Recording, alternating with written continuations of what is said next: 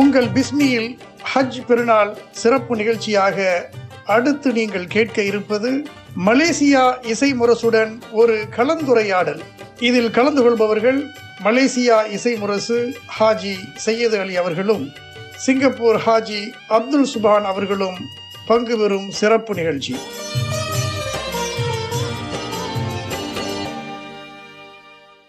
தெற்காசியாவின் புகழ்பெற்ற மிகச்சிறந்த இஸ்லாமிய பாடகர் மலேசியாவின் ஜனாப் எஸ் ஹாஜி சையது அலி அவர்களை சிங்கப்பூர் பிஸ்மி இணைய வானொலியின் ஹஜ் பெருநாள் சிறப்பு நேர்காணல் நிகழ்ச்சிக்கு வரவேற்பதில் பெருமகிழ்ச்சி அடைகிறேன். இசையில் மயங்காத உள்ளம் இருக்க முடியாது என்பார்கள். அதிலும் இறைவனை மனம் உருகி பாடும்போது உருகாத மனமும் உருகும். அப்படி உள்ளத்தை உருக்கும் பாடல்களை தனது இனிமையான குரலால் ஏறத்தாழ 40 ஆண்டுகளுக்கு மேலாக தொடர்ந்து பாடி வருவது ஒரு இமாலய சாதனை. எல்லோராலும் எளிதாக செய்துவிட முடியாத ஒரு சாதனை. இந்த சாதனையை செய்வதற்கு இறைவன் உங்களுக்கு அருளியிருப்பது மிக பெரும் பாக்கியம். தொடர்ந்து நீங்கள் பாடி வர எல்லாம் வல்ல இறைவனிடம் துவா செய்துவிட்டு ஹஜ் பெருநாள் சிறப்பு நேர்காணல் நிகழ்ச்சிக்குள் செல்கிறேன். புகழ்பெற்ற பாடகர் ஹாஜி சையத் அலி அவர்களை இந்த நிகழ்ச்சிக்கு வரவேற்பதில் பெருமகிழ்ச்சி அடைகிறேன். அண்ணன் அவர்களுக்கு முதற்கண் என் சலாத்தினை தெரிவித்துக் கொண்டு இந்த நிகழ்ச்சியில் நீங்கள் கலந்து கொள்வது எங்களுக்கு பெருமகிழ்ச்சி அடைகிறது. வருக வருக என்று உங்களை வரவேற்கிறேன். அண்ணன், நலமாக இருக்கிறீர்களா? அல்ஹம்துலில்லாஹ் இருக்கேன். வலைக்கும் சலாம் வரஹ்மத்துல்லாஹி தஆலா வபரகாத்துஹு. அதாவது உங்களுடைய அந்த பிஸ்மி ரேடியோக்கு என்னை அழைத்து ஒரு சிறு இன்டர்வியூ கொடுத்ததற்கு மனமார்ந்த நன்றியினை தெரிவித்துக் கொள்கின்றேன். அல்ஹம்துலில்லாஹ். என்னுடைய முதலாவது கேள்வியை இப்பொழுது நான் உங்களிடம் கேட்கலாம் என்று ஆசைப்படுகிறேன். கேள்விக்குள் சென்று விடலாமா? கேளுங்க. நல்லதென்ன. உங்களுடைய முதல் கேள்வி, தங்களது இளமை காலத்திலிருந்து தொடங்குவோமே. இசை ஆர்வம் உங்களுக்கு எப்படி வந்தது? அது எந்த வயதிலிருந்து நீங்கள் பாடத் தொடங்கினீர்கள்? அதை சொல்லுங்களேன். அதான் இசை ஆர்வம் அப்படின்னு சொன்னா, நான் நாகூர்ல பிறந்து வளர்ந்தவன். அந்த ஊர் நாகூர் பத்தி பெரும்பாலும் சொல்ல வேண்டியதில்லை.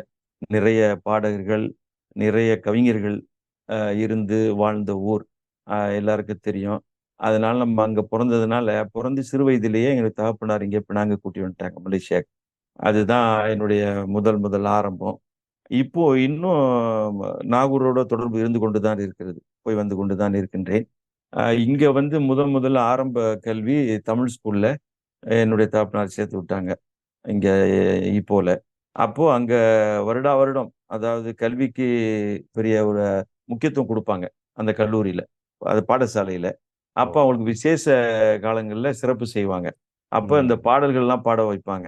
அப்படி பாடுற காலத்துல செந்தாமரை பூவில் மேவும் வித்தகிய கலைமகளே அப்படின்னு சொல்லி இன்னும் எனக்கு பசுமை ஞாபகம், 11 வயசு இருக்கும். அப்போ எனக்கு பின்னால சில மாணவர்கள் மாணவிகள் கோரஸ் கொடுப்பாங்க. அப்ப அந்த 11 வயசுல பாட தொடங்கினேன். அது எனக்கு கொஞ்சம் ஆர்வத்தை தூண்டுனுச்சு, இந்த பாடலில் ஈடுபடலாமே சிறு பிள்ளையில. அப்ப இந்த சுதியோட பாடும்போது பாடுறவங்களை தானே வாத்தியார் நம்ம செலக்ட் பண்ண முடியும், அது லீடரா அப்படிங்கும்போது அது எனக்கு ஒரு ஊக்குவிப்பா அமைந்தது ஆரம்ப காலங்கள்ல. இப்போ உங்களுடைய 11வது வயதிலிருந்தே நீங்கள் பாட தொடங்கி விட்டீர்கள். பாட தொடங்கி, அதாவது இசையோட இல்ல, பொதுவா ஓக்கல் சும்மா அந்த பாடுவோம்ல, அந்த மாதிரி பாடல்கள் பாட ஆரம்பிச்சுட்டேன். ஆமா, இயற்கையிலேயே உங்களுக்கு இசை ஞானத்தை இறைவன் அள்ளி தந்திருக்கிறான் என்றுதான் சொல்ல வேண்டும். ஆமா, அல்ஹம்துலில்லாஹ். ஆமா, அது இசை இல்லாம எல்லாம் பாடிட முடியாது. அல்லாஹ்வுடைய நேமத்து, வேற ஒண்ணும் இல்லை. இருந்தாலும் குறிப்பாக நீங்க யாராவது ஒருத்தவங்களை முன்மாதிரியா கொண்டு உங்களுடைய இளமை காலத்துல பாட தொடங்கியிருப்பேன்னு நினைக்கிறேன்.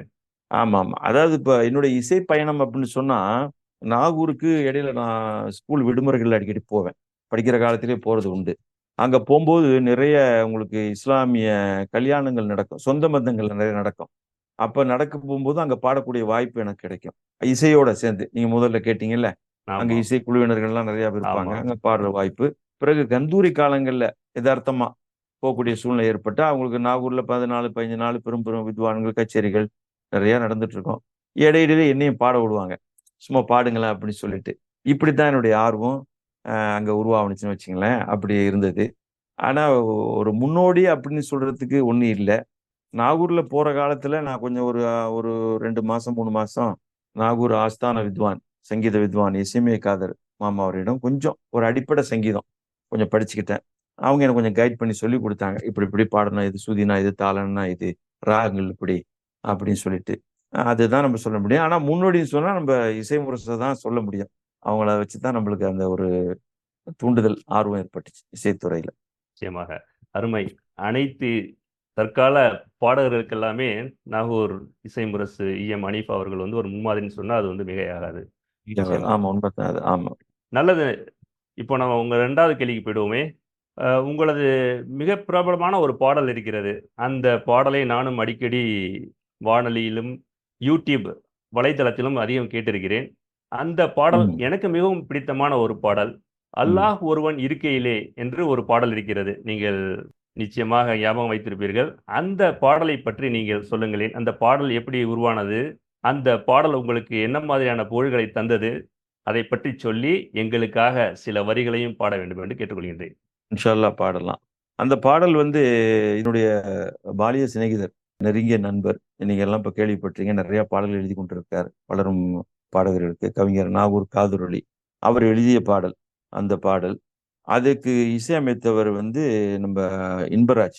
இசை முரசுக்கு ரொம்ப காலமா ஹார்மோனிஸ்ட், கீபோர்ட் பிளேயரா இருந்தார். அவர் ஆமா, இசையமைத்த பாடல் தான் அது. கேள்விப்பட்டிருக்கிறேன். ம். அந்த அதாவது இறைவனை புகழ்வோம் என்ற சிடி நினைக்கிறார். அதுல ஒரு 10 பாட்டு இருந்துச்சு. அதுல இது ஒரு பாடல். இறைவனை புகழ்ந்து அவருடைய சிறப்புகளை சொல்லுமாறு ஒரு ஒரு பாடல். இன்ஷா அல்லாஹ் நான் வேண்டாம் அதை பாடி உங்களுக்கு காட்டுறேன். அல்லாஹ் ஒருவன் இருக்கையிலே அல்லல் இல்லை வாழ்க்கையிலே. அல்லாஹ் ஒருவன் இருக்கையிலே அல்லல் இல்லை வாழ்க்கையிலே. தொல்லை ஏதும் தொடர்வதில்லை தொழுதே நாளும் கேட்கையிலே.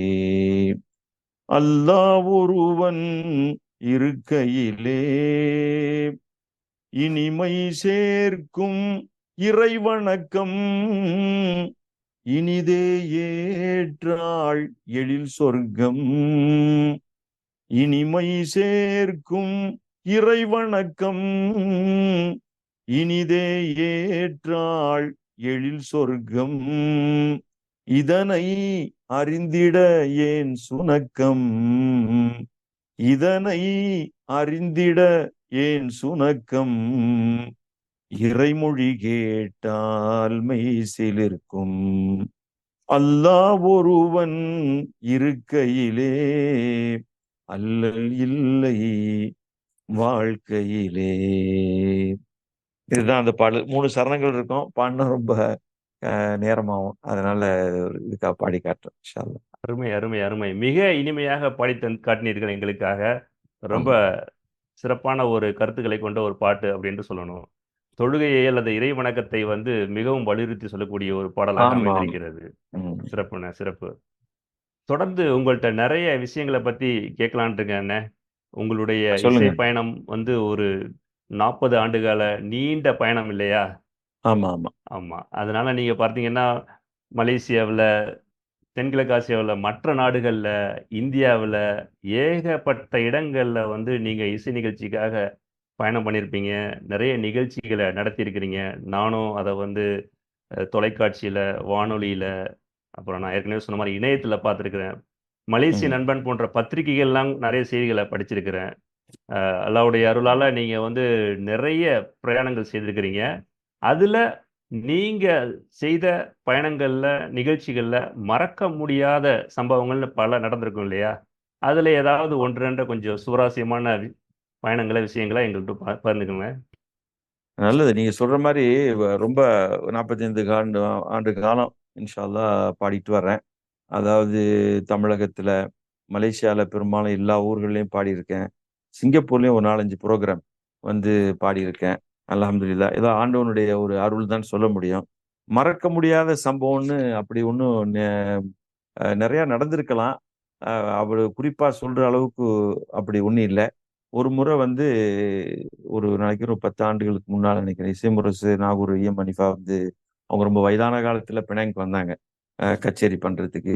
அப்ப அவங்கள கௌரவித்து சிறப்பு செய்வதற்காக அங்க உள்ள ஒரு ஒரு இயக்கம் ஏற்பாடு செஞ்சாங்க. அப்ப நான் அங்க பாடுனேன். அவங்க முன்னாலேயே பாடுனேன். சில பாடல்கள் பாடுனேன். அவர் ரொம்ப சந்தோஷப்பட்டு பாராட்டினார்கள்.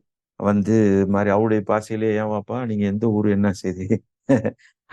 நாகூர். நாகூர்னா நீங்க யாருடைய பிள்ளை என்ன அப்படின்னு கேட்க, என்னுடைய தாப்பனாருடைய பேரை சொன்னேன். என்னுடைய ஃப்ரெண்ட் ஆச்சு அவரு அப்படின்னு சொல்லி ரொம்ப சந்தோஷப்பட்டு இது பண்ணாங்க. இது ஒரு எனக்கு ஒரு பெரிய ஒரு அங்கீகாரம்னு வச்சுங்களேன். ஏன்னா காரணம் அவரு சொல்ல வேண்டியது தேவையில்லை. அவர் இசை முரசு மூலியமா அவர் நம்மளுக்கு ஒரு பாராட்டு, ஒரு வாழ்த்து கிடைச்சுன்னா, அது நாகூர்னது ரொம்ப ஒரு விருப்பமா போயிட்டா. இது எனக்கு வாழ்க்கையில ஒரு மறக்க முடியாத சம்பவம். நிறைய நடந்திருக்கு. மத்த நீங்க சொல்லதெல்லாம் நினைவுல இல்ல. ஆமா, நிச்சயமாக நிச்சயமாக இது ஒரு மறக்க முடியாத சம்பவம். ஆமா, அதுவும் மோதிர கையால் குட்டுப்பட்டோம் அப்படின்ட்டு சொல்வார்கள் இல்லையா? அது மாதிரி நீங்க உண்மைதான். வந்து இசை முரசு ஈஎம் ஹனீஃபா அவர்களுடைய வாயாலேயே ஒரு புகழ் வார்த்தையை கேட்டிருக்கிறீர்கள். அது ஆமா, நிச்சயமா உங்கள வந்து மறக்க முடியாத ஒரு நிகழ்வா தான் இருக்க முடியும். ஆமா, ஆமா. என்னுடைய அடுத்த கேள்விக்குள் சென்று விடுகிறேன். உங்களது பாடல்கள், பல பாடல்கள் இதுவரை தொகுப்புகளாக வெளிவந்திருக்கிறது இல்லையா? ம், இதுவரை நான் தெரிந்த வரையில் 3 அல்லது அதற்கு மேற்பட்ட தொகுப்புகள் வந்ததாக செய்தித்தாள்களில் படித்தேன். ம். எத்தனை தொகுப்புகள் இதுவரைக்கும் வெளிவந்திருக்கின்றன? புதிய தொகுப்பு எப்போது எதிர்பார்க்கலாம்?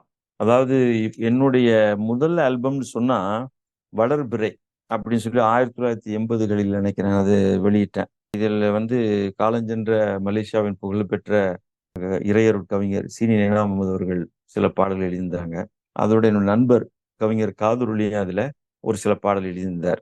அதுதான் என்னுடைய முதல் ஆல்பம் வெளியானது.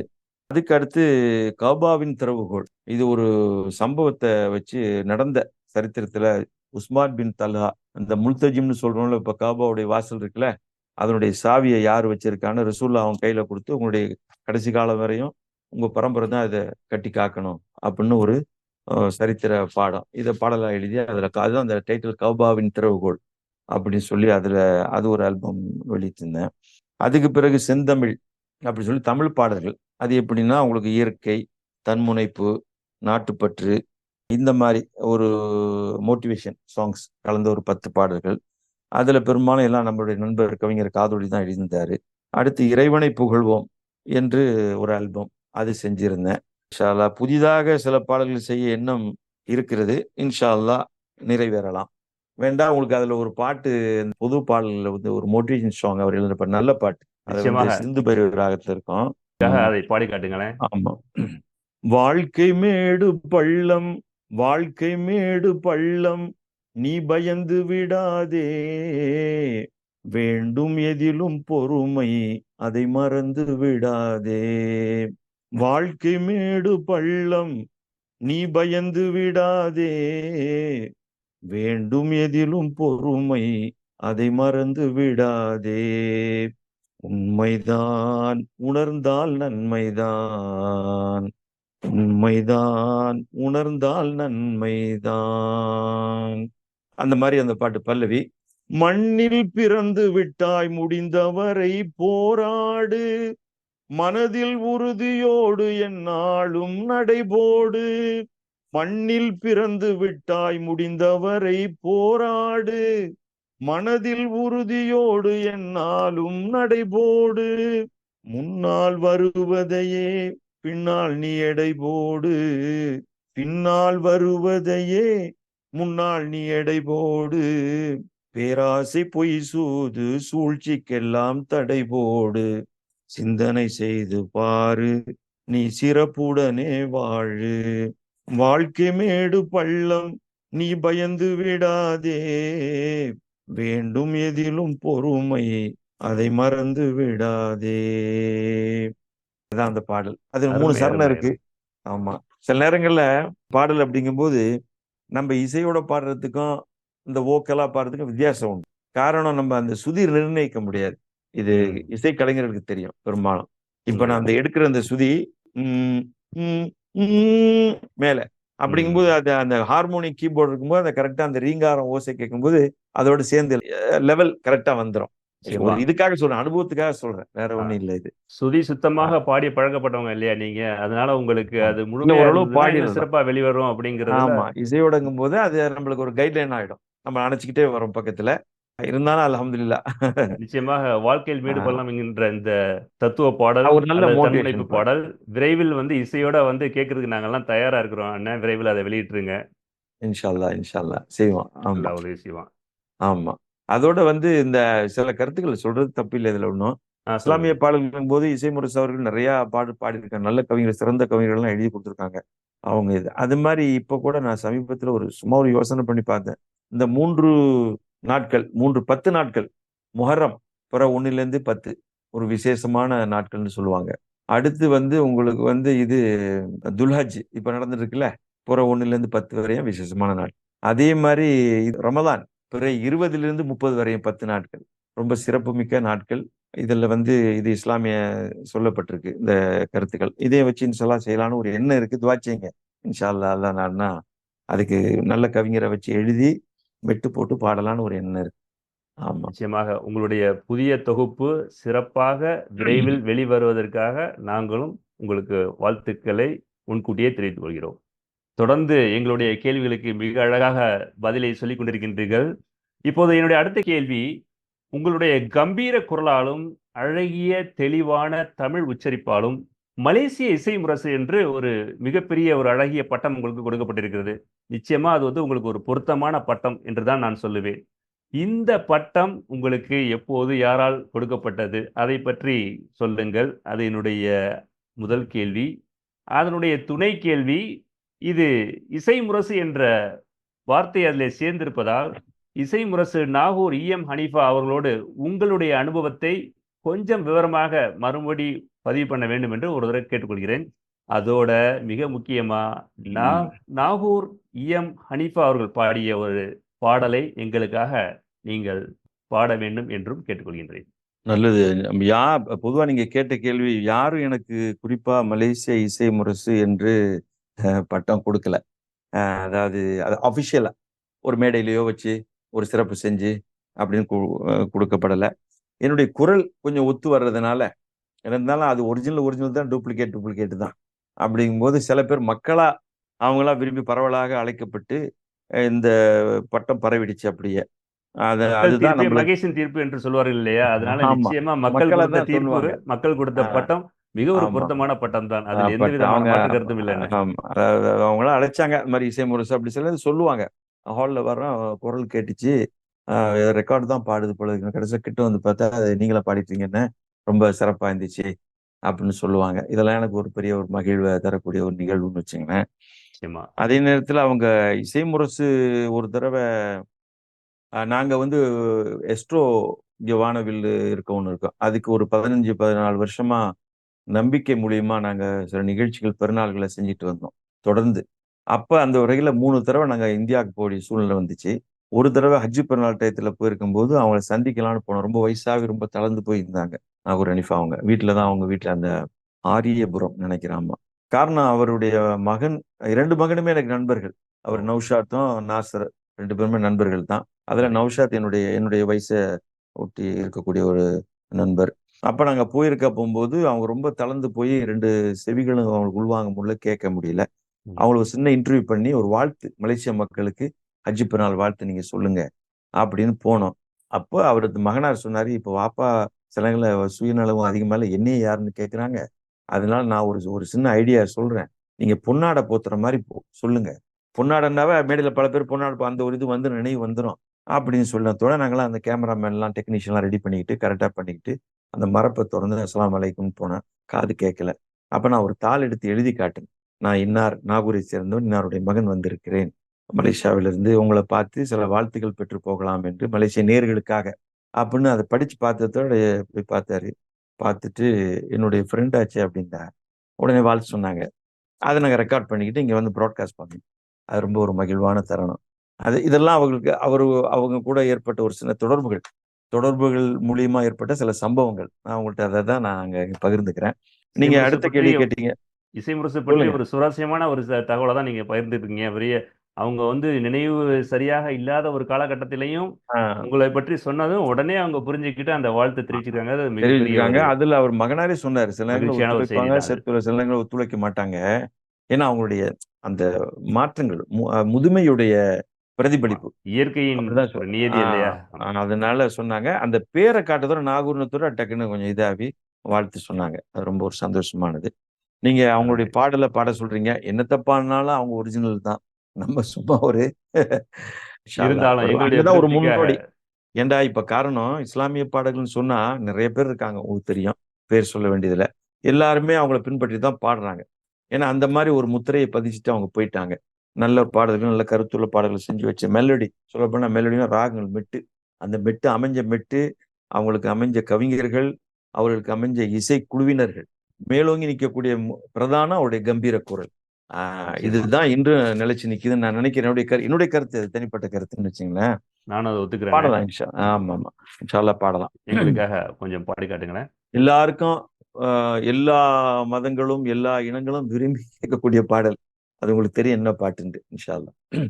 இறைவனிடம் கையேந்துங்கள், இறைவனிடம் கையேந்துங்கள், அவன் இல்லை என்று சொல்லுவதில்லை, பொறுமையுடன் கேட்டு பாருங்கள், பொறுமையுடன் கேட்டு பாருங்கள், அவன் பொக்கிஷத்தை மூடுவதில்லை, இறைவனிடம் கையேந்துங்கள், அவன் இல்லை என்று சொல்லுவதில்லை, இல்லை என்று சொல்லும் மனம் இல்லாதவன், ஈடு இணை இல்லாத கருணை உள்ளவன், இன்னல் பட்டு எழும் குரலை கேட்கின்றவன், இன்னல் பட்டு எழும் குரலை கேட்கின்றவன், எண்ணங்களை இதயங்களை பார்க்கின்றவன், இறைவனிடம் கையேந்துங்கள், அவன் இல்லை என்று சொல்லுவதில்லை. அருமை அருமை அருமை. மலேசிய இசை முரசு என்று மக்கள் பட்டம் தந்ததாக சொன்னீர்கள். இந்த குரல் நிச்சயமாக நாகூர் ஹனீஃபா அவர்களை நினைவுபடுத்தும் ஒரு குரல் தான். மக்களின் அந்த பட்டம் மிக பொருத்தமான ஒரு பட்டம் தான் என்பதை நான் மீண்டும் ஒரு முறை மகிழ்ச்சியுடன் தெரிவித்துக் கொள்கிறேன். அல்ஹம்துலில்லாஹ், அல்ஹம்துலில்லாஹ். ஆமா, ரொம்ப சிறப்பா இருந்தது. சரி, உங்களுடைய அழகான குரலால் இறைவனை புகழ்ந்த ஒரு பாடலை பாடி காண்பித்தீர்கள்.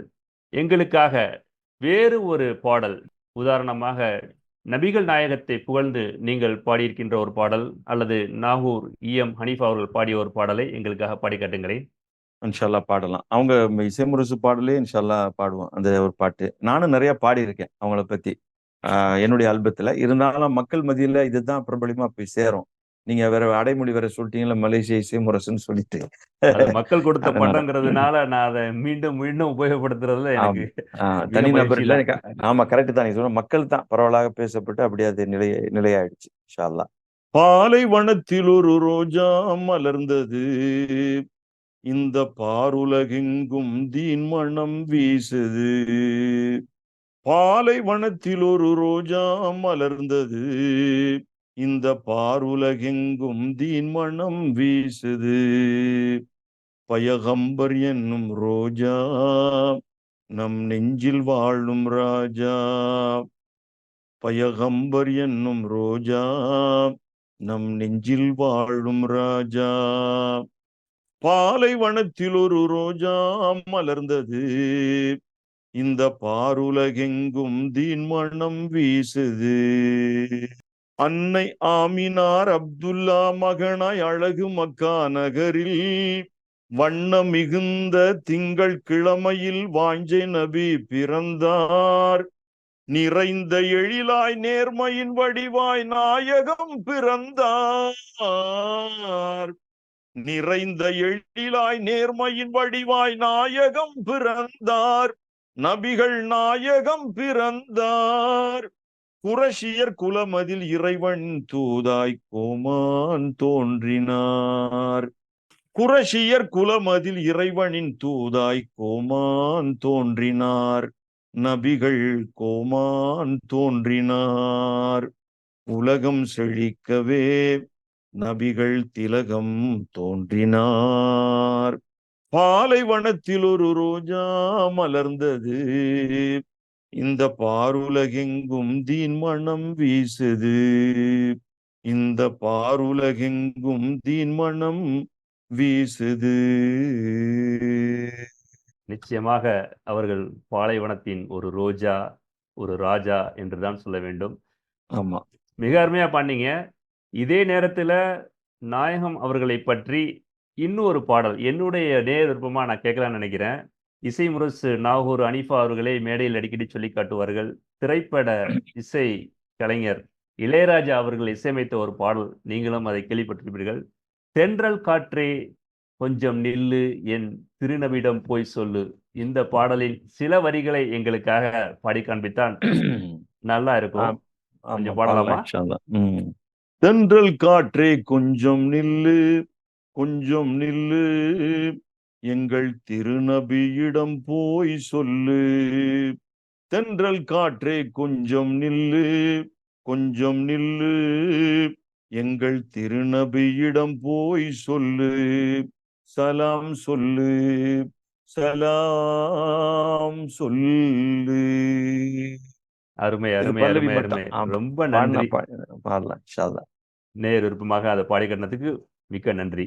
நல்லது. தொடர்ந்து பல செய்திகளை எங்களோடு பகிர்ந்து கொள்கின்றீர்கள். மிக்க நன்றி. என்னுடைய அடுத்த கேள்வி, இதுவரை நீங்கள் இஸ்லாமிய பாடல்களை பற்றி அதிகமாக செய்திகளை பகிர்ந்து கொண்டீர்கள். அந்த பாடல்களையும் பாடி காண்பித்தீர்கள். உங்களுடைய மற்றொரு முகமாக நான் பார்த்ததுண்டு, நீங்கள் நிறைய நாட்டுப்பற்று பாடல்கள், மேலும் தன்முனைப்பு பாடல்களை எல்லாம் பாடியிருக்கின்றீர்கள். அது போன்று பாடல்கள், இஸ்லாமிய பாடல்கள் அல்லாத வேறு வகையான பாடல்களில் என்னென்ன வகையான பாடல்களை பாடியிருக்கின்றீர்கள்? அதை பற்றி கொஞ்சம் சொல்லுங்களேன். நான் சற்று முன் சொன்னது போல செந்தமிழ்னு சொல்லி ஒரு சிடி தயார் பண்ணேன் முந்தி. அதுல நிறைய 10 பாடல்கள் இடம்பெற்றன. அதான் ஒண்ணு வந்து தமிழுடைய புகழ், 2வது இயற்கையுடைய வர்ணனை, நாட்டுப்பற்று, இன்னொன்னு மோட்டிவேஷன். இப்படி எல்லாமே ஒரு கலந்த ஒரு பாடல் தொகுப்பாக இருந்தது. அது பேரு டைட்டில் செந்தமிழ். அதுல அருமை. வந்து சொல்லப்போனா அதுல தமிழை பத்தி ஒரு பாட்டு ஒண்ணு பாடினேன். அது நம்ம கவிஞர் காதொலி தான் எழுதியிருந்தாரு. அதுல அந்த பாட்டுல ரெக்கார்டிங்ல கோரஸ் அவர் கொடுத்திருந்தாரு. ஓ அந்த ஒரிஜினல் ரெக்கார்டிங்ல கோரஸ் அவரும், காலஞ்சென்ற இன்பராஜ் ஓ பிரபலியமான இது ஹார்மோனிஸ்ட், இசைமுரசுக்கு எல்லாருக்கும் தெரியும். இப்போ உள்ள திரைக்கு இஸ்லாமிய பின்னாடி பாடல்கள் இருந்தவங்க எல்லாருக்கும் தெரியும். திரைக்கு முன்னாடி உங்களோட கோரஸா இணைந்திருக்காங்க. அவரு கோரஸ் கொடுத்தாரு அந்த பாட்டு. ஏன்னா அவர் தான் அதுக்கு செட் பண்ணாரு. அந்த ம். மியூசிக் கம்போஸ் பண்ணது அவர் தான். யாரு? இன்பராஜ். சுந்தராஜ். அந்த பாட்டு வந்து கொஞ்சம் பாடி காட்டுறேன். செந்தமிழே இன்பமே, செந்தமிழே இன்பமே, சேர சோழ பாண்டியர்தம் அரியணையின் சின்னமே, சேர சோழ பாண்டியர்தம் அரியணையின் சின்னமே, செந்தமிழே இன்பமே, இயல் இசை நாடகமாயிருக்கின்றாய், எங்கள் இதயத்திலே நாவிலே இனிக்கின்றாய். இயல் இசை நாடகமாயிருக்கின்றாய், எங்கள் இதயத்திலே நாவிலே இனிக்கின்றாய். அயலாரும் போற்றும்படி நீ மலர்ந்தாய், அயலாரும் போற்றும்படி நீ மலர்ந்தாய், அழியாமல் எங்கள் மூச்சினில் கலந்தாய். சொல்ல சொல்ல நெஞ்சமெல்லாம் மகிழுகின்றது, எங்கு சென்ற போதும் உனது புகழ் தவழுகின்றது. இந்த வரிகளை அவங்க 2 பேரும் பாடினாங்க. ஏன்னா அவரு இப்போ ஒரு பிரபலியமான கவிஞர், அவரு இசையமைப்பாளர் சொல்ல வேண்டியதில்லை. இதெல்லாம் எனக்கு ஒரு மகிழ்வான தருணம். நிச்சயமா ஏன்னா நிச்சயமா. இது ஒரு பதிவு. இந்த பாட்டு செந்தமிழே இன்பமே தமிழை பற்றி அதே மிக ஆல்பத்துல அழகான வரிகள், மிக அழகான ஆமா வரிகள். ஆமா சுவாசிக்கின்றாய் அந்த காற்று, இயல் இசை நாடகமாய், அந்த மாதிரி அந்த வரிகள் போவோம். அடுத்து மலேசியா நாட்டை பத்தி அதுல ஒரு பாட்டு. வண்ணமிகும் பொன்னாடு, வளர்ச்சி கண்ட நம் நாடு, உண்மை நிறை ஒற்றுமையின் தேன்கூடு, இந்த உலகம் போற்றும் மலேசிய திருநாடு. வண்ணமிகும் பொன்னாடு, வளர்ச்சி கண்ட நம் நாடு, உண்மை நிறை ஒற்றுமையின் தேன்கூடு, இந்த உலகம் போற்றும் மலேசிய திருநாடு. அந்த மாதிரி அதுல அது ஒரு பாடல் தான். ஆமாம். இந்த பாடலை நீங்க வந்து ஒரு பெண் பாடகியோட சேர்ந்து பாடி இருப்பீங்க.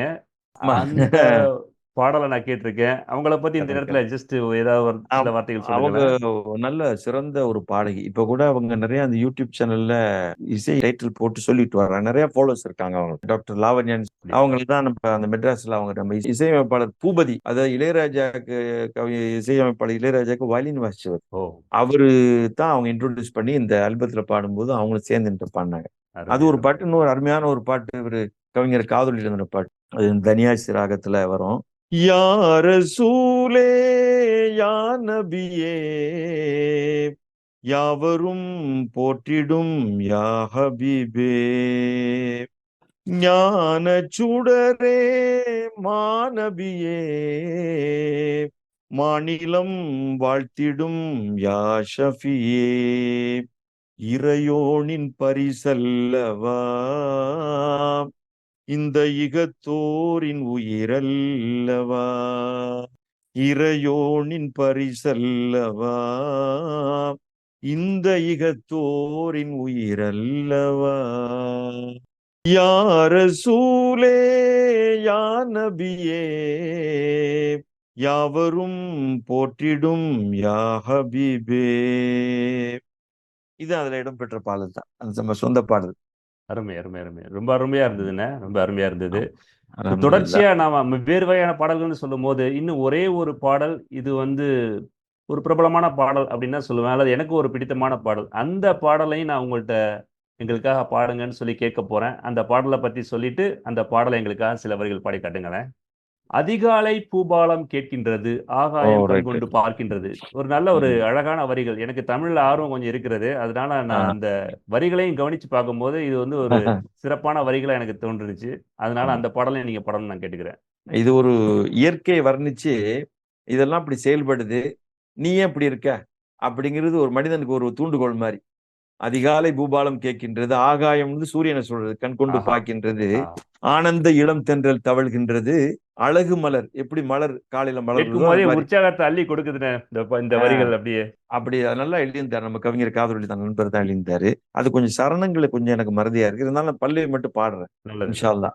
அதிகாலை பூபாலம் கேட்கின்றது, அதிகாலை பூபாலம் கேட்கின்றது, ஆகாயம் கண் கொண்டு பார்க்கின்றது, ஆனந்த இளம் தென்றல் தவழ்கின்றது, ஆனந்த இளம் தென்றல் தவழ்கின்றது, அழகு மலர் இதழ் வாசல் திறக்கின்றது, அதிகாலை பூபாலம் கேட்கின்றது.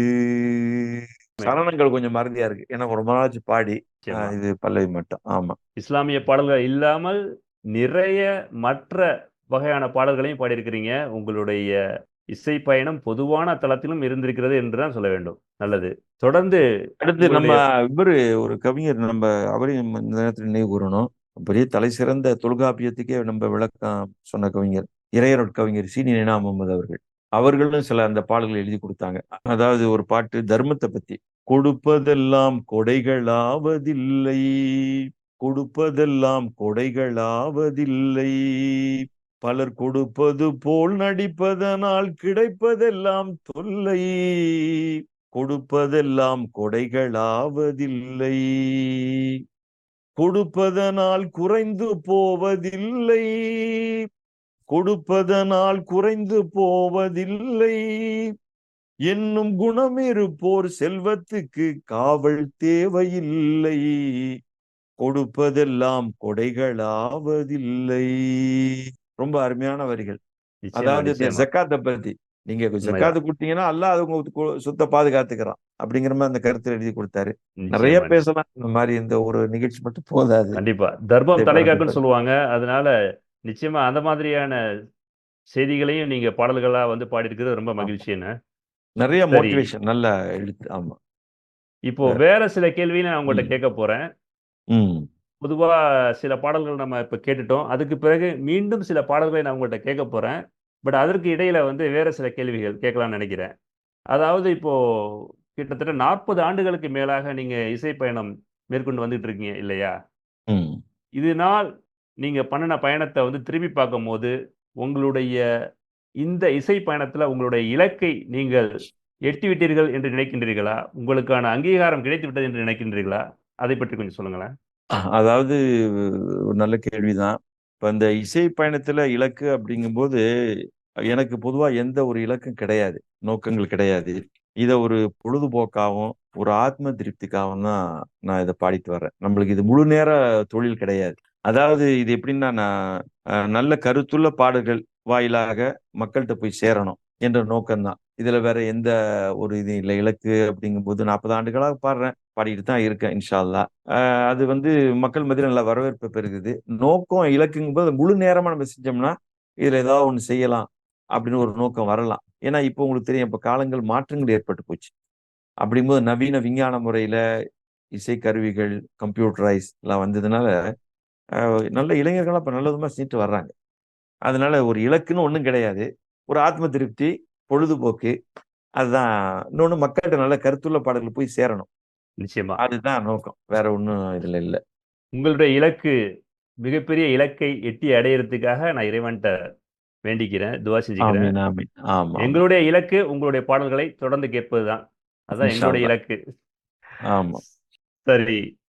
என்னுடைய அடுத்த கேள்வி, தற்காலத்துல நீங்க அத பத்தி ஏற்கனவே சொல்லிட்டீங்க. தற்காலத்தில் இஸ்லாமிய பாடல்கள் நேயர்களை ஈர்க்கிற அளவுக்கு இருக்குதுன்னு நீங்க நினைக்கிறீங்களா? இப்ப ஓ, வரக்கூடிய ஆம். பாடல்கள்லாம் எப்படி இருக்குன்னு நீங்க உங்களுடைய பார்வையில எப்படி இருக்குன்னு சொல்லுங்களேன். இது என்னுடைய கருத்து தான், வேற ஒண்ணும் இல்ல. தமிழ் இஸ்லாமிய பாடல்களை பொறுத்தவரையில தற்கால நவீன இசையில் நீங்கள் சொல்ற போது மக்களை ஈர்த்தது என்று சொல்ல அந்த அளவுக்கு அப்படி சொல்ல முடியாது. காரணம், இஸ்லாமிய பாடல்களை பொறுத்தவரை எதையும் நம்ம இஷ்டத்துக்கு பாடிட முடியாது. உண்மைதான். அதுக்குன்னு சில கட்டுப்பாடு, இலக்கணம், வரையறுக்கப்பட்டது, வரையறையெல்லாம் இருக்குன்னு சொல்லுவாங்க இல்லையா? வரையறுக்கப்பட்டது தான் இருக்க வேண்டும். இது வந்து எதையும் பாடிடலாம் அப்படின்னு பாட முடியாது. ஏன்னா எல்லாமே நம்ம வரையறுக்கப்பட்டிருக்கு. அப்படித்தான் அந்த இஸ்லாமிய பொறுத்தவரையும் இருக்கு. இது என்னுடைய தாழ்மையான கருத்து. ஒரு கால் மேற்கத்திய நாட்டில் தயாராகும் ஆங்கில அரபு பாடல்கள் இருக்குல்ல, இப்ப நிறைய பேர் வெஸ்டர்ன்ல நிறைய பேர் பாடுறாங்க. கடந்த நவீன இசையிலான பாடல்கள் தற்காலத்து இளைஞர்களை கவரலாம். இப்போ உள்ள இளைஞர்களுக்கு அதுக்கு வரவேற்பு இருக்கு, அதை அவர்கள் கவரலாம், நீங்க கேட்டது மாதிரி. அந்த பாணி இசையமைப்புல இஸ்லாமிய பாடல்கள் ஏன் தமிழ்ல வரக்கூடாது? அத பற்றிய உங்களுடைய பார்வை அல்லது அதற்கான அறிவுரை என்ன? சொல்லுங்களேன். அது அது காரணம் தமிழ் இஸ்லாமிய பாடல்கள். நான் சொல்றது குறிப்பா. நல்ல கேள்வி நீ கேட்கிறது. இப்போ உள்ள இளைஞர்கள்லாம் பெரும்பாலும் தமிழ் கொஞ்சம் குறைவுதான். அதோடைய ஆர்வம், அதோடைய பற்று, தமிழ் மொழி தெரியுது, பேசுறாங்க. எழுத படிக்க அவளுக்கு தெரியல. உச்சரிப்பும் கொஞ்ச நேரத்துல கொஞ்சம் கஷ்டமா இருக்கு. அப்படிங்கும்போது அவங்க இந்த வெஸ்டர்னைஸ் போயிட்டாங்க. போகும்போது நீங்க சொல்ற மாதிரி பெரிய பெரிய பிரபலமான பாடல்கள், அரபு பாடல்கள் இதெல்லாம் கலந்து நிறைய பேர் பாடுறாங்க. வரவேற்க நல்ல நல்ல நல்ல மிட்டமைச்சு பாடுறாங்க. வரவேற்கலாம். இருந்தாலும் அது வந்து ஒரு நிலை பெறணும். அதாவது இப்ப நீ கேட்டு நாளைக்கு போக கூடாது. இப்பயும் நம்ம இசை முரசு பாடல கேட்டுட்டு இருக்கோம்.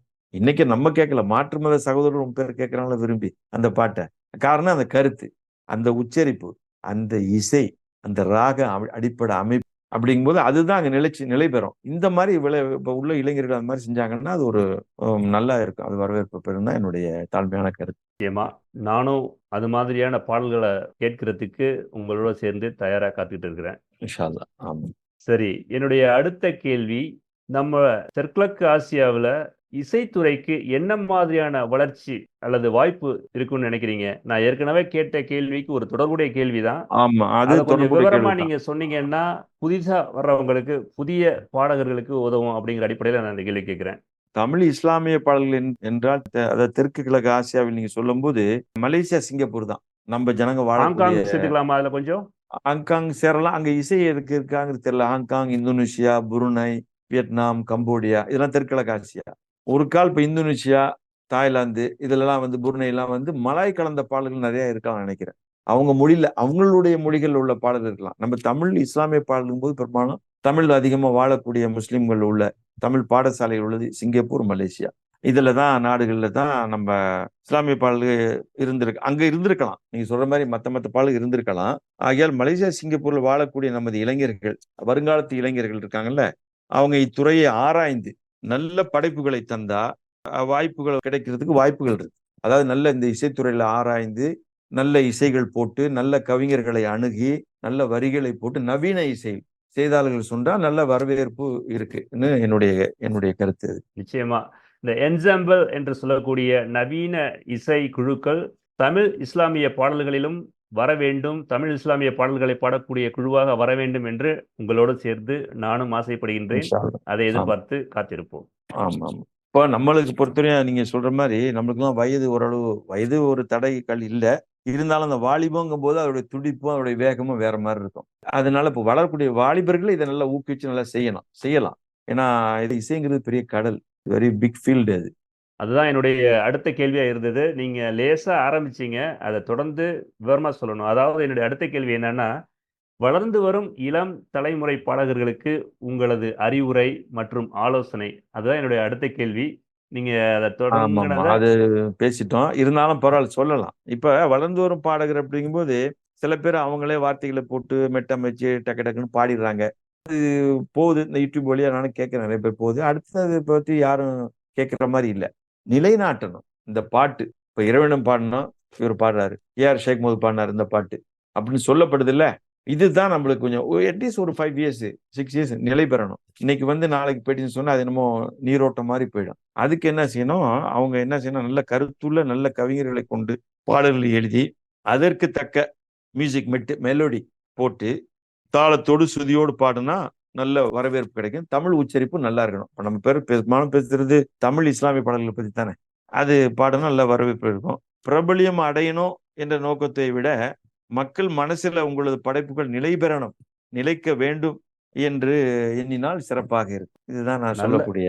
சரிதான். சரியா சொன்னீங்க. நல்ல ஆ, கருத்துக்கள, நல்ல அழகிய தமிழ் வரிகள, நல்ல உச்சரிப்புகளோடு பிரபலம் அடைய வேண்டும் என்ற நோக்கம் இல்லாமல், இல்லாமல் மக்களிடம் சென்று நிலைபெற சேர வேண்டும் சேர என்ற வேண்டும். உயரிய நோக்கத்தோடு பாடினால், ஆமா. நிச்சயமாக காலங்காலமாக மக்கள் மனதில் ஆ. வலம் வருவார்கள். அருமையான கருத்துண்ணே, அருமையான கருத்து. கருத்து இப்ப இதுல இன்னொரு ஒரு இதையும் சேர்த்துக்கலாம். காரணம், ஒரு 50 ஆண்டுகள் 40 ஆண்டுகள் 30 ஆண்டுக்கு முன்னாலாம் ரெக்கார்டிங் ரொம்ப டஃப்னு சொன்னா ட்ராக் கிடையாது. இப்ப எல்லாம் கம்ப்யூட்டரைஸ். உங்களுக்கு சுதி சேராக்கட்டியும் சுதி சேர வச்சிடுறாங்க, தாளம் சேராக்கட்டியும் தாளம் சேர வச்சிடுறாங்க. அப்ப அதோட சேர்ந்து பாடினா தான் பாட்டு கஷ்டம். அப்படிங்கும்போது இது ஒரு முக்கியத்துவம் கிடையாது. ஆனா அந்த பேசிக் ஃபவுண்டேஷன் சொல்றோம்ல, பாடல்களுடைய வரி, உங்களுடைய குரல் வளம், உச்சரிப்பு இது நல்லா இருந்தா அங்க ரெக்கார்டிங்ல பல மாதிரி பண்ணிக்கலாம். உண்மதான். அல்லாஹ்தால குரல் வளம் ஒருத்தருக்கு ஒரு மாதிரியா கொடுத்துருக்கான். பல இது இருக்குன்னு வச்சுங்களேன். இது அவங்க நியமத்து. இதை அவங்க பின்பற்றினானா ஒரு வெற்றி பெறலாம். இது சிறப்பு, சிறப்பு. என்னுடைய மிகச் தாழ்மையான சிறப்பு. கருத்து. நீங்க வந்து காயல்பட்டினம் ஷேக் முகமது அவர்கள பத்தி உங்களுடைய பதில்ல சொன்னீங்க. அவர ம். பற்றி சொன்னதுனால மிக பிரபலமான ஒரு பாடல், "ஈச்சை மரத்து இன்பச் சோலை." அந்த அப்படியா? பாடல்ல சில வரிகள எங்களுக்காக பாடி காட்டுங்களேன். அவங்க நல்ல ஒரு சிறந்த நான் கூட பாடியிருக்கேன். ஓ! காரணம், ஒரு அப்படியா? 40 வருஷத்துக்கு முன்னால நாகூர்ல ரெக்கார்டிங் வர போகும்போது கவிஞர் காதலன் எழுதின பாடல். ஓ! எல்லாம் இன்பராஜ் இசையமைச்சாரு. அதுல வந்து தூக்கத்தை காட்டிலும் தொழுகை மேலானது ஒரு பாட்டு. அப்ப அவங்க வந்து அதுல வந்து எப்படின்னா, அந்த தூக்கத்தை காட்டிலும் தொழுகை மேலானது, அந்த தொழுகை சொர்க்க கதவை திறக்கும் திறவுகோலானது அப்படின்னு வரி பல்லவி. அருமை. அந்த இடத்துல அவரு ஷேக் முகமது அண்ணன்னு சொன்னாங்க. என்னோட ரொம்ப மூத்தவங்க, ரொம்ப சீனியர்னு வச்சுங்களேன் அவங்க. அப்ப சொன்னாங்க, "தம்பி நீங்களே அந்த வசனத்த சொல்லுங்க மேல. அஸ்ஸலாத்து ஹைரும் மினன் நௌம். அந்த வரிய சொல்லுங்க. அப்ப நான் இந்த பாட்ட கீழ பல்லவியில நான் பாடுறேன்னாங்க." அந்த ம். பாட்டு, இன்னொரு பாட்டு கூட ஞாபகம் வர மாட்டேங்குது. நெறைய பாடுனோம். அவங்களுக்கு பின்னால கோரஸ் நாங்க பாடுனோம், சில பாடல்களுக்கு. அப்படியா? அ அதனால நல்ல சிறந்த பாடகர். அ ஹனீஃபா அண்ணனுடைய ஸ்தானத்துக்கு அடுத்தபடியா நல்ல மேலோங்கி வந்த நல்ல சாரீரத்துல நிச்சயமா. பாடக்கூடிய பாடகர். ஆமா. எங்களுக்காக அந்த "ஈச்சை மரத்து இன்பச் சோலையில்" பாடலாம் ஒரு 2 பேரும். ஈச்சை மரத்து இன்ப சோலையில் நபிநாதரை இறைவன் தந்தான் அந்த நாளையில். இறைவன் தந்தான் அந்த நாளையில். ஈச்சை மரத்து இன்ப சோலையில் நபிநாதரை இறைவன் தந்தான் அந்த நாளையில். இறைவன் தந்தான் அந்த நாளையில். ஆஹா! பல்லவி. என்ன அருமை! இருந்தாலும் அவங்களுடைய சாரீரம் அது ஒரு மாதிரியா இருக்கும். இருந்தாலும் அல்ஹம்துலில்லாஹ். இது நம்ம கவிஞர் நாகூர்ல சொல்ல வேண்டிய நிறைய கவிஞர்கள். கவிஞர் ஆமா. சாதிக், புலவர் ஆபிதீன், நாகூர் சலீம். கவிஞர் சலீம் நானா, ஜெட் ஜபருல்லா, இப்படி நிறைய கவிஞர் காதொலி. இது கவிஞர் சலீம் அவங்க எழுதின பாட்டு. சிக்கல்லேருந்து என்னுடைய கூட ஒரு கவிஞர் இருக்காங்க. அவங்க உங்களுக்கு பாடல் எழுதியிருக்காங்களான்னு தெரியல. அவங்க பேர் நினைக்கிற புனை பேர் மறைதாசன் அப்துல் ரஹ்மான் என்பவர் நினைக்கிறேன். I am not mistaken. உண்மைதான், உண்மைதான். அவங்க நல்ல சிறந்த இசை முரசு நிறைய பாட்டு எழுதி கொடுத்துருக்காங்க. இப்படி நிறைய கவிஞர்கள் ஆனா என்னுடைய சோபனத்துல எல்லாரும் எழுதினாங்க. சில பேர்கள் கவிஞர் சலீம் கூட என்னுடைய கல்யாண வாழ்த்து பாட்டுல அப்போ உள்ள இசைத்திரை மெட்டுல அருமை, எழுதி அருமை. கொடுத்தாங்க. அவங்க கவிஞர் காதரொலி இப்படி நிறைய பேர் எழுதியிருக்காங்க. அழகாக நீங்க காயல் பண்ண ஷேக் முகமது, நாகூர், இசை முரசு, இஎம் ஹனீஃபா இவங்களுடைய பாடல்கள் எல்லாம் அழகா எங்களுக்காக பாடி காமிச்சீங்க. நிறைய செய்திகளை எங்களுக்காக நீங்க பகிர்ந்துட்டு வர்றீங்க. ரொம்ப ரொம்ப நன்றி. என்னுடைய அடுத்த கேள்விக்கு போறதுக்கு முன்னாடி இன்னும் ஒரு பிரபலமான நாகூர் இஎம் ஹனீஃபா அவர்களுடைய பாடல், இதையும் நேர் விருப்பமாக எங்களுக்காக நீங்கள் பாட வேண்டும் என்று கேட்டுக்கொள்கின்றேன். அந்த பாடல் அல்லாவை நாம் தொழுதால் என்ற ஒரு அழகிய பாடல். நீங்களும் பல முறை மேடைகளில் பாடியிருப்பீர்கள். அந்த பாடலை எங்களுக்காக. ரொம்ப சந்தோஷம். சில பாடல்கள் சொல்லும் போது தான் சில சுவாரஸ்யமான சம்பவங்கள்லாம் நினைவுக்கு வருது. நிச்சயமா. மலேசியால உங்களுக்கு தெரியும், டத்தோ சாமிவேல்னு சொல்லி ஒரு மந்திரி இருந்தார். ஆமாம். மாய்காவின் தலைவர், ரொம்ப பிரபலியமானவர். இப்ப காலஞ்சென்று முடிஞ்சது, அவர் இறந்து போயிட்டாரு. அவர் பெரும்பாலும் அந்த சுங்கை சுப்புட்டு தொகுதியில தான் இருப்பார். அங்கதான் அவருடைய ஓட்டிங், அந்த ஏரியா தான். அப்ப அந்த ஒரு நிகழ்ச்சிக்காக நான் போயிருந்தேன். அந்த எலெக்ஷன் டயத்துல போயிருக்கும் போது எல்லா கலைஞர்களும் வந்தாங்க. நானும் என்னை கூட்டி போய் பாட சொன்னாங்க. அப்புறம் அதை விருப்பப்பட்ட ஒரு இதே பாட சொன்னார். இந்த பாட்டை, ஓ, அல்லாவே நாம் தொழுதால் பாடுங்க. அருமை, அருமை. இந்த பாட்டை எங்களுக்காக எழுதினது ஆமா காலஞ்சென்ற கவிஞர் நாகூர் சாதிக் அவர்கள். அவங்க எழுதின பாட்டு, நல்ல புகழ்பெற்ற பாடல். இன்ஷா அல்லாஹ் பாடலாம். அல்லாவை நாம் தொழுதால் சுகம் எல்லாமே ஓடி வரும், அந்த வல்லோனை நினைத்திருந்தால் நல்ல வாழ்க்கையும் தேடி வரும். அல்லாவை நாம் தொழுதால் சுகம் எல்லாமே ஓடி வரும், அந்த வல்லோனை நினைத்திருந்தால் நல்ல வாழ்க்கையும் தேடி வரும், நல்ல வாழ்க்கையும் தேடி வரும். அல்லாவை நாம் தொழுவோம், பள்ளிகள் பல இருந்தும் பாங்கோசை கேட்ட பின்பும், பள்ளிகள் பல இருந்தும் பாங்கோசை கேட்ட பின்பும் பள்ளி செல்ல மனம் இல்லையோ, படைத்தவன் நினைவில்லையோ, பள்ளி செல்ல மனம் இல்லையோ, படைத்தவன் நினைவில்லையோ. அல்லாவை நாம் தொழுதால் சுகம் எல்லாமே ஓடி வரும், அந்த வல்லோனை நினைத்திருந்தால்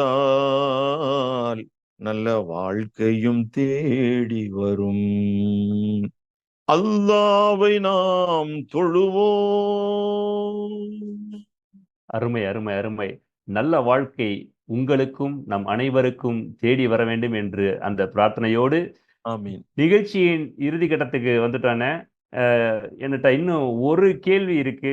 அந்த கேள்வியை கேட்டு இந்த நிகழ்ச்சியை நிறைவு செய்யலாம். அதோட அந்த கேள்வி என்னன்னா, உங்களுக்காக நிறைய பாடலாசிரியர்கள் பாடல் எழுதியிருக்கிறதா சொன்னீங்க. அண்ணன் காதரொலி அவர்களை பற்றி அதிகமாகவே சொன்னீங்க. அவர்களை தவிர்த்து மற்ற பாடகர்கள், மற்ற கவிஞர்கள், வேறு சக இசைக்கலைஞர்கள், இவர்களை பற்றி கொஞ்சம் சொல்லி இந்த நிகழ்ச்சியை நிறைவு செய்யலாம் அப்படின்னு நினைக்கிறேன். அவங்கள பற்றி கொஞ்சம் சொல்லுங்களேன். ஆமா. அதாவது கவிஞர்கள் என்று சொன்னா பெரும்பாலும் என்னுடைய நிறைய பாடல்கள் ஒரு கவிஞர் காதரொலி தான் எழுதி கொடுத்திருக்காரு. என்னுடைய பாலிய சிநேகிதர். இப்ப இன்னைக்கு அப்படியா? சொன்னோம்னா, ஒரு பாட்டு வேணும்னு சொன்னோம்னா உடனே எழுதி அனுப்பிடுவார். இந்த மெட்டீரியல் எழுதுப்பா, வா பொண்ணு தான் அவரை கூப்பிடுவேன். ஏன்னா அவ்வளவு நெருங்கிய நண்பர்னு வைங்களேன். அவரு நிறைய பாடல்கள் எழுதியிருக்காரு. அடுத்து மலேசியால நான் சொன்னேன்ல, கவிஞர் இறையருட் கவிஞர் சீனி அஹமது அவர்கள், அவங்களும் நிறைய எழுதி கொடுத்துருக்காங்க. பிரபலமான இன்னொரு கவிஞர். அவங்க பாட்டை கூட ரெக்கார்ட் பண்ணியிருக்கேன். அடுத்து கவிஞர் தாவண்ணா காசிம், அவர் இசைமுரசுக்கு நிறைய பாட்டு, தீன் குலக்கண்ணு, தென்றல் காற்றை கொஞ்சம் நெல்லு, நிறைய உலகத்தில் நான் உன்னருளை அவங்க ஒருத்தர் மலேசியாவுக்கு வந்திருக்கும்போது எனக்கு ஒரு பாட்டு ஒன்று எழுதி கொடுத்தாங்க. இந்த அஸ்பி ரபி ஜல்லாங்கிற மெட்டில் மலேசியா நாட்டை பத்தி, ஆயிரம் ஆயிரம் அழகோடு அலைகடல் தவழும் மலைநாடு, காவியம் பாடும் புகழ் வீடு, கண்களை கவரும் நம் கண்களை கவரும் மலைநாடு, அது எழுதி கொடுத்தாங்க. 2 பாட்டு எழுதி கொடுத்துட்டு போனாங்க. அது இன்னும் வெட்டு போட்டு இசையமைக்கல. அவங்க தொகுப்புல இருந்து பாடியிருக்கேன். இது எனக்காக எழுதி கொடுத்த பாட்டு. நிச்சயமா அவங்க அதுவும் விரைவில் வெளியே வரணும். ஆமா, இன்ஷா அல்லாஹ். வேற வந்து கவிஞர்கள் நாகூர்ல எழுதி கொடுத்துருக்காங்க. இவர் சாதிக்கு, கவிஞர் சாதிக்கு எழுதி கொடுத்துருக்காங்க. சாபு வாப்பான்னு ஒருத்தர் இருப்பார். ஆமா, அவரு எழுதி கொடுத்துருக்காங்க. இவங்கெல்லாம் கவிஞர்கள் வட்டத்தில் வர்றாங்க. இசை அப்படிங்கும்போது பெரும்பாலும் என்னுடைய பாடல்களுக்கு அதிகமா இன்பராஜ் தான் இசையமைச்சிருக்காரு. அதனாலதான் அந்த டியூன் நல்லா இருக்கு. இசை முரசோட கேட்பதற்கு மிகவும் இன்பமான ஒரு இசையை அவங்க கொடுத்திருக்காங்க. அவங்க பேருக்கு நல்ல பொருத்தமான ஒரு டேலண்டட் அவரு பெருமா எல்லா பாடலுக்கும் தெரியும். இப்போ உள்ள இசை பாடலுக்கு பூரா தெரியும். நல்ல அருமையான கீபோர்ட் பிளேயரு. அவர் நிறைய எனக்கு இசையமைச்சு பாடல் கொடுத்திருக்காரு இன்பராஜ். அப்ப மலேசியால பொறுத்தவரையும் அவர் காலஞ்சிட்டாரு. கிளாரினெட் நல்ல வித்வான். நீலமேகம், குழல் குப்புசாமின்னு சொல்லி ஃப்ளூட்டிஸ்ட். இவங்கெல்லாம் இந்த ரேடியோ வானொலியில சில விசேஷ காலங்கள்ல பெருநாட்கள்ல அங்க இசை படைப்பாங்க, நிகழ்ச்சி படைப்பாங்க, பெருநாள் நிகழ்ச்சிங்க. அதுல ஓன் கம்போசிங் இருக்கும். இவங்களும் நிறைய இசையமைச்சு கொடுத்துருக்காங்க. இதுதான் நம்மளுடைய ஈடுபாடு. இவங்களோட அருமை அருமை. மறக்காமல் உங்களோடு பயணித்த பாடலாசிரியர்கள், இசைக்கலைஞர்கள் அத்துணை பேரையும் நினைவு கூர்ந்து இந்த நேரத்தில் நீங்க எங்கள்கிட்ட பகிர்ந்துகிட்டதுக்கு மிக்க நன்றி. அவங்களுக்கு இந்த நேரத்தில் உங்களுடைய பேட்டியையும் நம்ம வந்து சமர்ப்பிக்கிறோம். சரி, இது ஹஜ் பெருநாள் காலமாக இருக்கிறது. நிகழ்ச்சியின் நிறைவை இந்த ஹஜ் பெருநாளை பற்றிய ஒரு சிறப்பு பாடலை, உங்களுக்கு பிடித்தமான ஒரு பாடலை பாடி நிறைவு செய்தால் நன்றாக இருக்கும் என்று நினைக்கின்றேன். ஹஜ் பெருநாளை பற்றிய ஒரு பாடலோடு இந்த நிகழ்ச்சியை நிறைவு செய்வோம். பாடுங்களேன். இன்ஷா அல்லாஹ். அது ஒரு பழைய பாடல். இது வந்து இப்போ இசைமுரசு அவர்கள் பாடிய பாடல் தான். புலவர் ஆபித், நாகூர் புலவர் ஆபித் எழுதிய பாடல். அந்த பாடலை நான் பாடுறேன். வாங்க எல்லோருமே சேர்ந்து ஒன்றாகவே வாழ்விலே காணலாம் மக்கா மதீனாவை நாம். வாங்க எல்லோருமே சேர்ந்து ஒன்றாகவே வாழ்விலே காணலாம் மக்கா மதீனாவை நாம். ஓ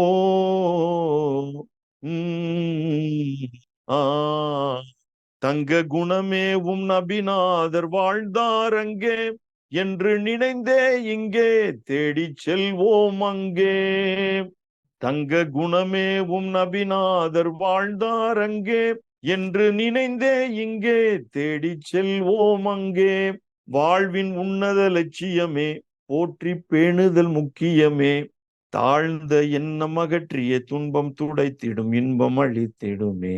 வாங்க எல்லோருமே சேர்ந்து ஒன்றாகவே வாழ்விலே காணலாம் மக்கா மதீனாவை நாம். வாழ்விலே காணலாம் மக்கா மதீனாவை நாம். அங்கு பல கோடி மனிதர்கள் ஒன்றாகவே தொழுவார் நன்றாகவே அதில் நாம் சேரவே. அங்கு பல கோடி மனிதர்கள் ஒன்றாகவே தொழுவார் நன்றாகவே அதில் நாம் சேரவே. வாழ்வின் உன்னத லட்சியமே போற்றி பேணுதல் முக்கியமே. தாழ்ந்த எண்ணம் அகற்றிய துன்பம் துடைத்திடும் இன்பம் அளித்திடுமே. வாங்க எல்லோருமே சேர்ந்து ஒன்றாகவே வாழ்விலே காணலாம் மக்கா மதீனாவை நாம். வாழ்விலே காணலாம் மக்கா மதீனாவை நாம். அருமை அருமை அருமை, மிக அருமை. எங்களுக்காக ஏகப்பட்ட இனிமையான பாடல்களை பாடி தந்தீர்கள், பாடி காண்பித்தீர்கள். மிக்க நன்றி. உங்களது இசை பயணம் தொடர உங்களது இசை ரசிகர்களின் சார்பாக வாழ்த்துக்களையும் துவாவையும் தெரிவித்துக் கொண்டு எங்களுக்காக நேரத்தினை ஒதுக்கி உங்களது இசை பயணத்தையும் உங்களது அனுபவத்தையும் எங்களோடு பகிர்ந்து கொண்டதற்கு மிக்க நன்றி. இறைவன் அருளால் இன்ஷா அல்லாஹ் மீண்டும் ஒரு நல்லதொரு நிகழ்ச்சியில் சந்திப்போம். அஸ்ஸலாமு அலைக்கும் வரஹ்மத்துல்லாஹி வபரகாத்துஹு. அண்ணன் நன்றி. அஸ்ஸலாம் வரஹ்மத்துல்லாஹி தஆலா வபரகாத்துஹு. இதுவரை என்னுடைய விவரங்களை உங்களது பிஸ்மி ரேடியோ வாயிலாக கேட்டறிந்து அதற்கு ஆதரவு தந்து அதை ஒளிபரப்ப போக இருக்கும் உங்கள் அனைவருக்கும், அந்த குழுவினர்கள் அனைவருக்கும் என்னுடைய மனமார்ந்த நன்றியினை தெரிவித்துக் கொண்டு விடைபெறுகின்றேன். அஸ்ஸலாமு அலைக்கும் வரஹ்மத்துல்லாஹி தஆலா வபரகாத்துஹு. வலைக்கும் அஸ்ஸலாம் வரஹ்மத்துல்லாஹி வபரகாத்துஹு.